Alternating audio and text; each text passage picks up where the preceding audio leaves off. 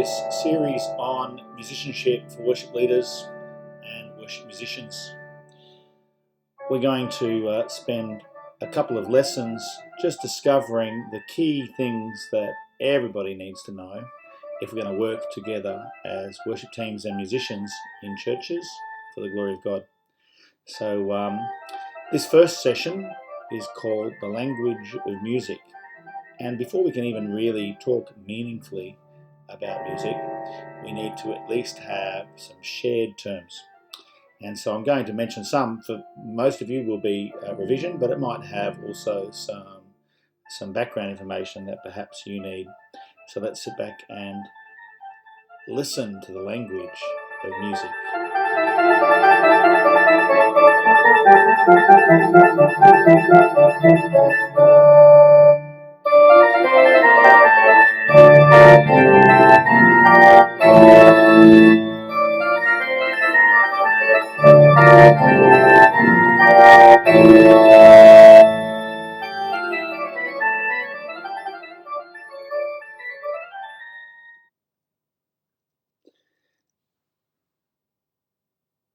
Our first topic is pitch.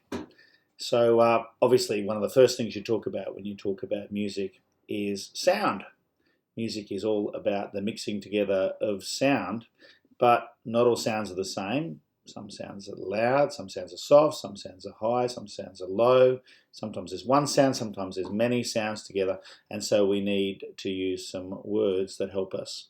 And the first word that we come across in music frequently is the word pitch. You'll see from the images there, we've got a balloon sailing high above the mountains, we've got fish deep in the sea, and we've got the rolling mountains and valleys. And that's really what we're talking about when we're talking about pitch. We're talking about not just how high or low a sound is, although it is the highness and lowness of sound, but also the way those sounds merge together to create a landscape. So how do we use the word pitch? Well, primarily we talk about the pitch of a note or the pitch of a sound, and we often refer it to a note that we could show on the keyboard. So for instance, each note has a set pitch. So each of those notes is high or low, and we can combine them together to create a musical landscape. But typically we use notes or names of notes in Western music to talk about pitch. So we give them the letters of the alphabet from A up to G, A, B, C, D, E, F, G, and then it just replicates again and again up and down the highness or lowness of the pitch. So we might say, well, that pitch is the note A. That would be the way that we might correct a wrong note. Oh, you didn't check your B flat there. It's a B flat, not a B. Or an F sharp, not an F. And you might not even know what those terms are yet, but we're going to explain them through this series. So pitch is about high or higher pitch. So we want to sing higher, we want to sing lower. We're not starting at the same place. We need to adjust our pitch. But we can also be sharp or flat. That's a way of describing something that might be singing out of tune. So if we say something sharp, we might be saying that it's slightly too high. Or if we're saying something's flat, we might be saying, you know, you're just under the pitch there, a little bit flat. That might be a little bit too low. And in worship music, one of the places we often might use it is we can raise or lower the pitch to change where we sing in a higher or lower key. That can make it easier for the congregation to sing, or if we want to increase the intensity. You often hear a key change that lifts the pitch, changes the key in which the song's sung, and that increases the intensity. So here would be an example of that. This is the Arden's Day, and this is the song that's often sung. This is Michael W. Smith.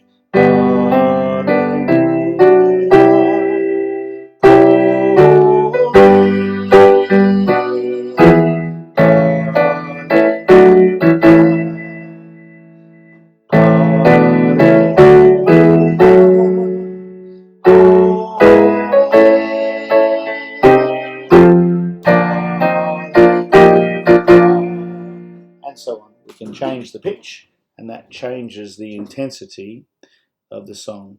So we can do that.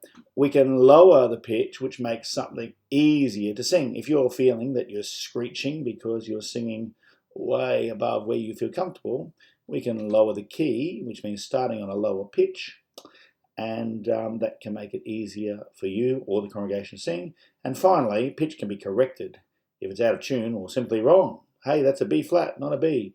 Hey, that's an F, you were playing a D. You know, we can describe pitch in all these ways. So that's the first major topic in the language of music, is the word pitch. The second one that you can't go very far without thinking about is the word rhythm. So if we think about the mountains and the valleys before as being the highness or lowness of the sound, the rhythm is the frequency of the sound. In other words, music is not just pitch, it's pitch in time. So sounds that happen in time, and we call that rhythm. It's the way that the notes or the pitches work together, and we call that rhythm. Now, again, this is a word that's frequently used, but it's good to give it some definition. So, for instance, the common ways that we might do it, you see a metronome there. A metronome is that regular beat. So, if a rhythm has to happen in time with a beat, it can be too early, it can be too late, it can be out of time, or it can be too fast or too slow. We might say something like that drum rhythm is too much. What that usually means is the drummer is overplaying, just playing too much rhythm. But rhythm in its simplest essence is simply when the notes start and stop. So making sound in time, and typically it happens in the context of a beat, which is a simple metronomic click. So we might say the rhythm that you're playing doesn't work with what we're playing. You might say that to a drummer, or you might say that to a guitarist, because they may be overplaying or underplaying. But in the end, what we're talking about is the frequency or the number of times that a note sounds in space. So in worship, we can say the accompaniment rhythm needs to reflect peace and tranquility. This might be an example of that.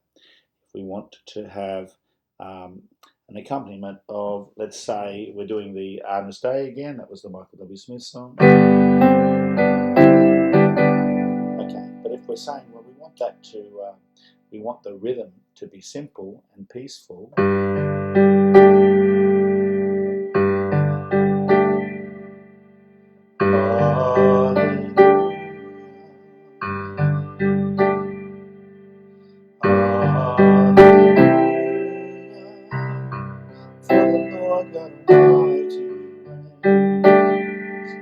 Just a very simple one.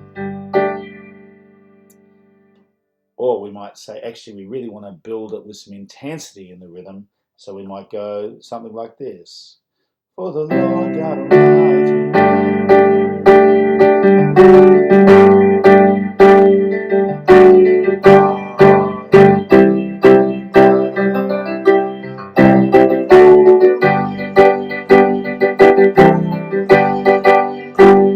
So we play a more intense rhythm.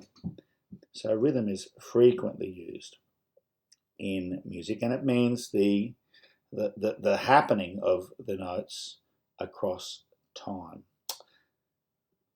The next one is melody. Now, if you look at this diagram of melody, the idea is that we've got pitch and rhythm working together, as it were, as cogs in a wheel. And so when we combine rhythm and pitch, so a rhythm might be, and the pitch might be, if we're doing the Arden's Day. So we've got, that's the rhythm, and then the pitch is B, C, D, E, D, D. When we combine those two things together, we get a melody. In other words, the bit that people sing. Melody is the thing that people sing. So we might say things like, bring out the melody, if we can't hear the tune. Sometimes when you're singing with other people, they might be singing something else and the melody can get lost. Especially if you've got lots of instruments, the melody can get lost. Or we might say, can you fill that gap with a solo melody? In other words, we might get a flute player or a saxophone to play the melody in a gap in the music, just to fill it out. So if we were writing songs, we might say, oh, look, I think that melody jumps around a little bit too much. Here might be an example of that.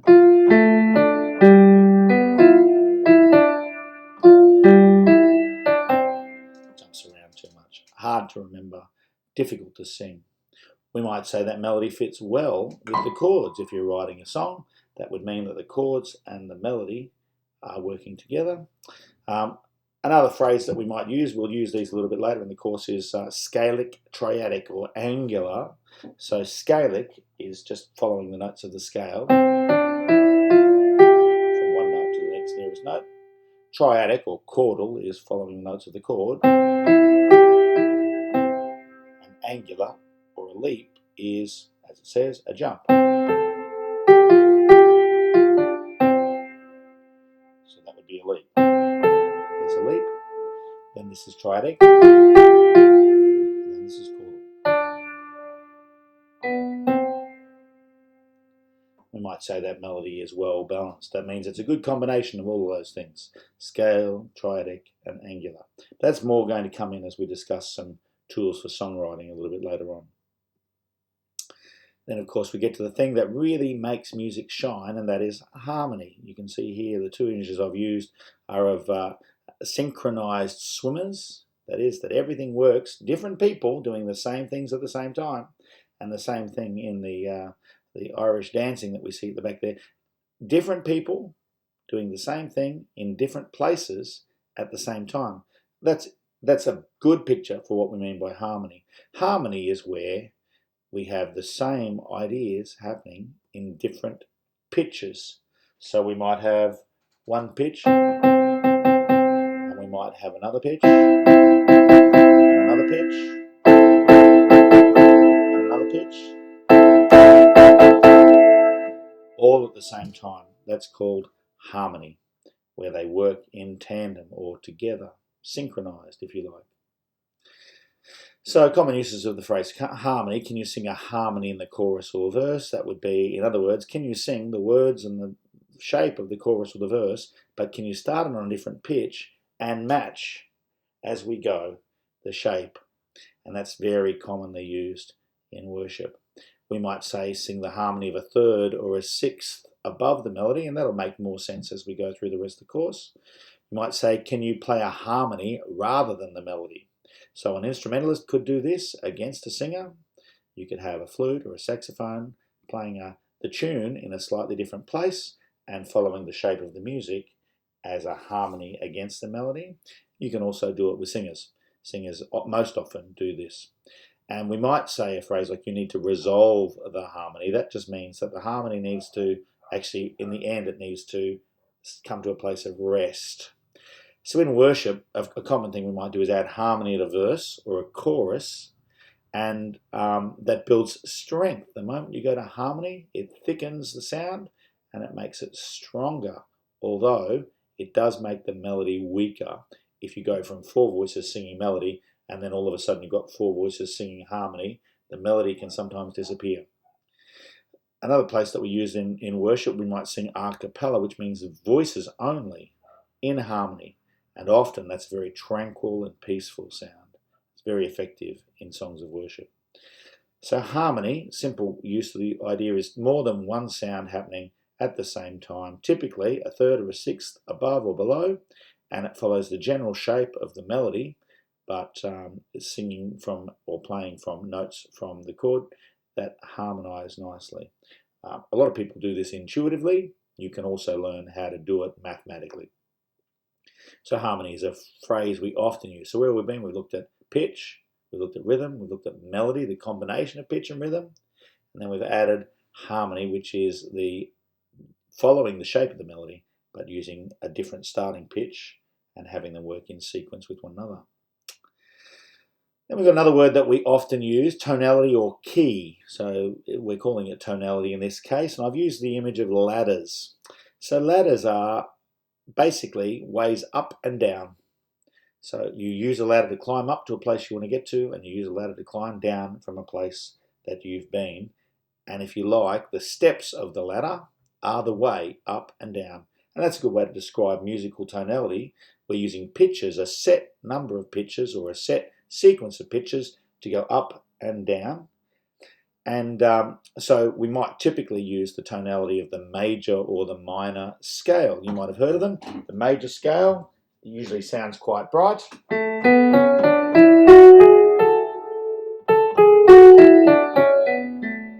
minor scale sounds quite dark and ominous.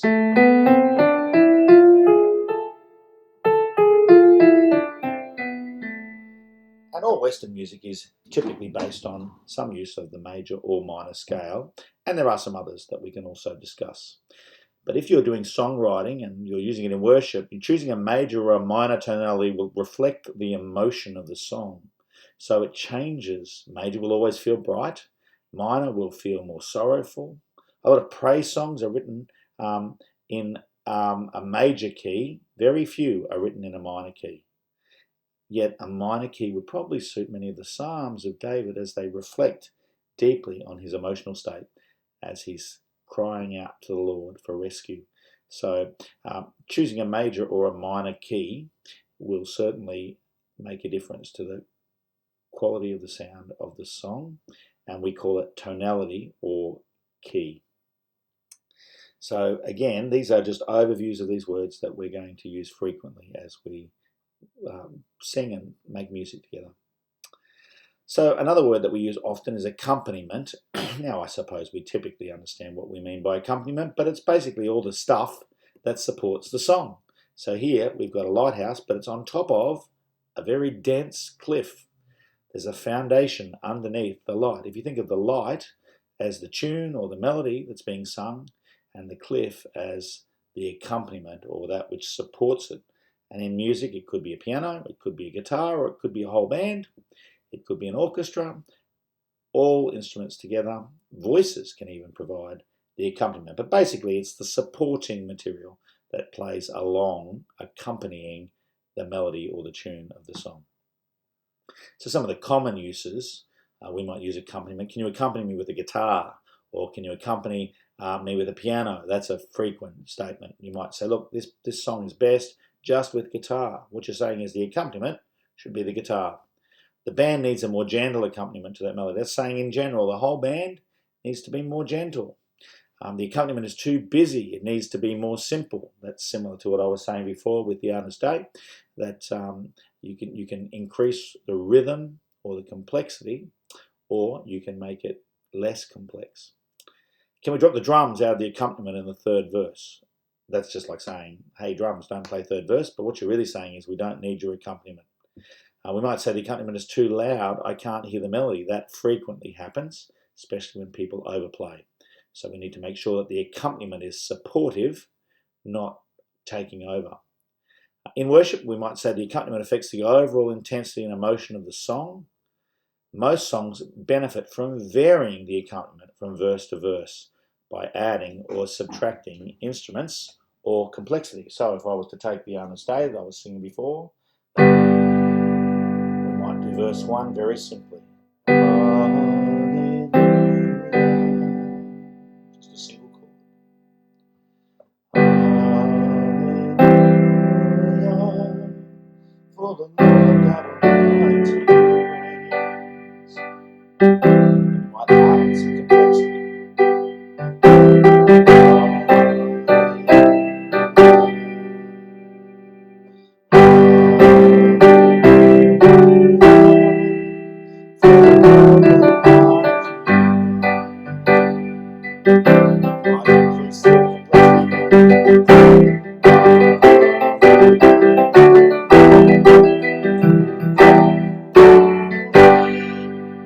What we've done is vary the accompaniment, and you can see it makes a big difference to the sound of the song. So in songwriting, we might say something like, use a simple chord accompaniment that is only play chords and improvise a melody for your lyrics. That's something that we'll talk about as we consider songwriting a little bit later on.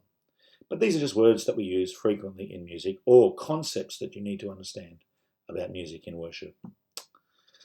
The next word, texture, it's probably not as frequently used, but it's a really important concept for us to understand. It's the difference between a sandwich and a hamburger. So a sandwich is just basically an outer layer and then something simple inside. Hamburger is dense and packed. We've got salad, we've got meat, we've got cheese, we've got mushrooms. It's all layered on top of one another. And texture is basically the density or the thickness of the music. How many instruments are playing at once? How many harmony notes are taking place at the same time? That's the texture. Whether there's more than one melody going on at the same time. That's the texture. So, how might we use the word texture? Well, as we move from worship to praise, let's thicken the texture. Let's get more instruments in to play with faster rhythm. Or, as we spend a few moments praying, thin out the texture to just have the synth playing, a pad, playing one chord. No other notes. Just something simple. So we're thinning the texture. So in worship, the texture reflects the intensity of the lyrics, so you can add or subtract layers of sound. I do this a lot. I'll often build into a part of the song. If it's talking about the resurrection, we'll thicken the texture and make it powerful. If it's talking about Christ's death on the cross, we'll thin the texture and make it very gentle and simply have a single voice. So we're thickening and thinning the texture. And if you're doing this for songwriting, the most common textures used in songwriting are a riff. That's a repeated musical idea over which you can sing. Repeated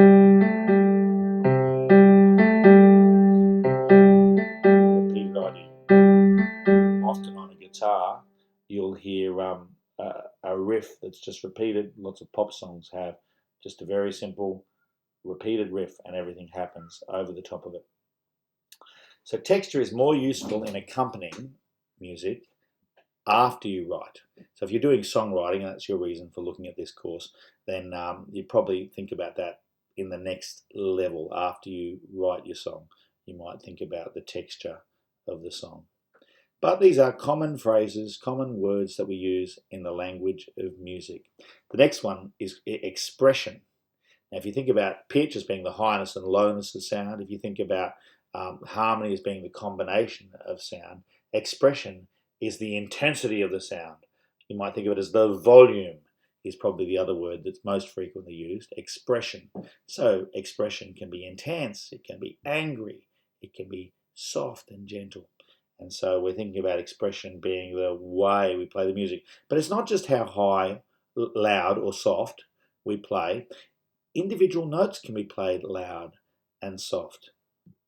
So if I was to play the Agnus Dei, I can play it gently. And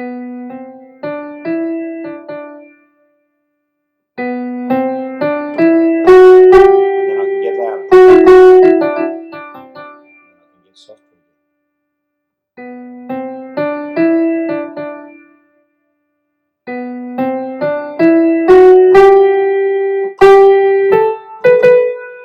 Loud again. So expression isn't just whether we play something loud or soft. It's actually the way that we vary between the louds and softs within the phrase. So how might we use it? We can say, play that flute with great expression. Vary the sound. It's the artistry of the sound, playing loudly and softly to express the music. Expression is best described as the louds and softs of music. So we could speak of the expression being soft and contemplative or loud and joyful. But it's more than that. It's the way we phrase the sound as we play. Expression is more useful in arranging than in songwriting. However, the overall expression of a song can be a softer or a louder song. We have loud songs, we have soft songs. So expression is a very frequently used idea. Often we typically refer to it as loud or soft, but it's more than that. It's the intensity, it's the artistry, it's each individual note sounding in a unique and special way. So I've had a couple of technical words that I might have used as we've been going through, and so I'm just going to give you some quick reminders of those technical words. So a scale, I talked about something being scalic. I talked about something being in a key or a tonality, and that's a set of notes or a series of notes. So a scale is a set of notes that move up and down by an agreed on order of intervals to create a common appreciated mood, often described as major or minor. So we'll explain what that set order of intervals is a little bit later on, but as much for now, just understand that a scale is another word for the choice of notes that make something major or minor. When we say the word sharp, we're saying we're going to raise the note at the smallest step or a semitone. So a sharp means we're going to the very next nearest note, a step away, up. When we say flat, it's the exact opposite of that. We're lowering the note, the smallest step, or semitone. So if we're playing an E and we play an E flat, it's the very next nearest note. So a D flat is the very next nearest note, and so on. Scalic, I said before, means moving up or down by a step, but it's good to see it on the piano, so we can see that scalic is basically just moving from one note to the very next nearest note in the scale. So that's called scalic. And then we had triadic, that's moving up or down by skip, or we skip one of the white notes, usually the notes of the chord. And so it would be like a 1, a 3, and a 5. That would look like this. So triadic, or notes of the chord. We've got a note, we skip a note, and we go to the next note. We skip a note, and we go to the next note. That would be triadic or chordal, where we're using notes by skipping, and they typically sound like the notes you'd find in a guitar chord. So that's a C chord or a C major chord. On a guitar, you would have a chord shape that you would play. And then angular is the final phrase that we're using. Angular means notes moving up or down by leap. It's larger than a skip, and it's usually described by numbers like fourths, fifths, and sixths, etc. We'll get into that later, but just to show you what that looks like. So if we've got our starting note there, that would be a skip. So something bigger than that would be angular. That's a 1, 2, 3, 4. That's a fourth. That would be a fifth. 1, 2, 3, 4, 5. That would be a sixth, a seventh, and an octave, or an eighth. Okay, so those are angular or leap notes. So that covers the basics of what we wanted to talk about today. I hope that those simple starting places, and we've got a lot deeper to go, but those starting places just give you a starting place for some discussion, for some ideas, and for some consideration. Feel free to write some questions in the comments if there's anything that you'd like explained a little bit deeper, or jump onto video 2. I'm Jabin. See you in the next video.